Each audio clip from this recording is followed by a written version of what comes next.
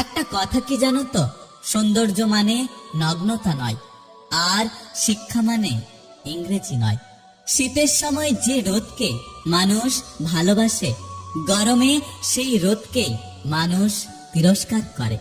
সুতরাং মানুষের কাছে তোমার মূল্য ততদিন থাকবে যতদিন তোমাকে তার প্রয়োজন থাকবে। মানুষ চিনতে ভুল করলে দোষের কিছু নেই, কারণ অমানুষগুলো দেখতে মানুষের মতো। বিশ্বাস ব্যাপারটা বড়ই অদ্ভুত।